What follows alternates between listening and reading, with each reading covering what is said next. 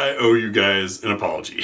We are at the GB Guns Armory studio, if you will, the arms room, and I realized that in the tabletop video for the Mk23 Q100 and for the Mk23 K100, I told you that I would show you my reassembly trick in the range video. Then I got out, did the range videos, it was cold, it was raining, I was in a hurry, plus I was excited about these things, and I completely forgot to include them in those videos, which have already been uploaded long before this. It wasn't until I was editing those I was like, shoot, I forgot. So, I'm gonna do them here real quick at home. You guys are gonna get a great gut shot of me, but I'll show you my trick for doing these the quick and easy way. Coming up next on GB Guns. I'm going to start with the Q100, since I assume the striker-fired model is going to be most popular in the US. You've got I have to take it apart to put it back together. You can use a bench or desk or something like that, but I've found that while I don't always have a bench around, my beer belly is always on hand. So that's what I'll be using. Takedown tabs on both sides. I hook the middle finger through the trigger guard so I've got something to pull against, because you have to pull the spring or the slide all the way to the rear, fully compressing that recoil spring, which can add a little bit of challenge. So, braced, tabs are pulled down, slide all the way back up, and lift off. Now, one of the nice things with the Mk23 is now you've got this groove that is keeping the barrel from spinning completely freely like it did on the Mk12s.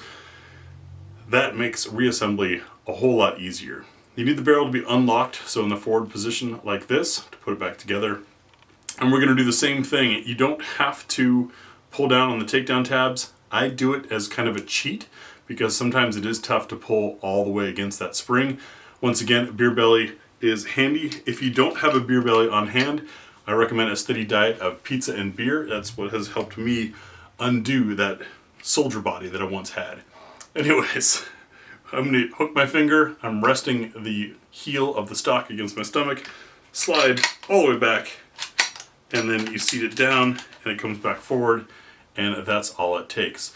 Now I'll do it once more with the K100 to show the hammer-fired version. Here we are with the K100 hammer-fired version. Of course, this is all being done after the weapon is clear, but you'll want to check. Pull the hammer back first, just like you would any other gun. Otherwise, you got to pull this slide against the mainspring. If you've got it already cocked, now that's one less thing you have to worry about. Middle finger hooked in the trigger guard, pulling down on those takedown tabs and resting it against a beer gut or something. All the way back, up, and off. Now you will note that the K100 has a free recoil spring, not captured, so just watch for that. Reassembly is the inverse of that, and once again I'm going to rest against the stomach, and that same new system of the Mk23 makes this a little bit easier because the barrel's not going to be twisting and turning on you while you do it. Get your spring lined up, make sure you get the guide rod started, and then bracing the heel of the pistol, slide all the way back, down and forward, and we're back together.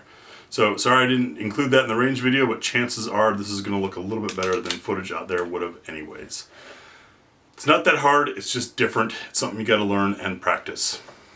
That's all I've got for you. Enjoy at your Grand Powers, and thanks for watching.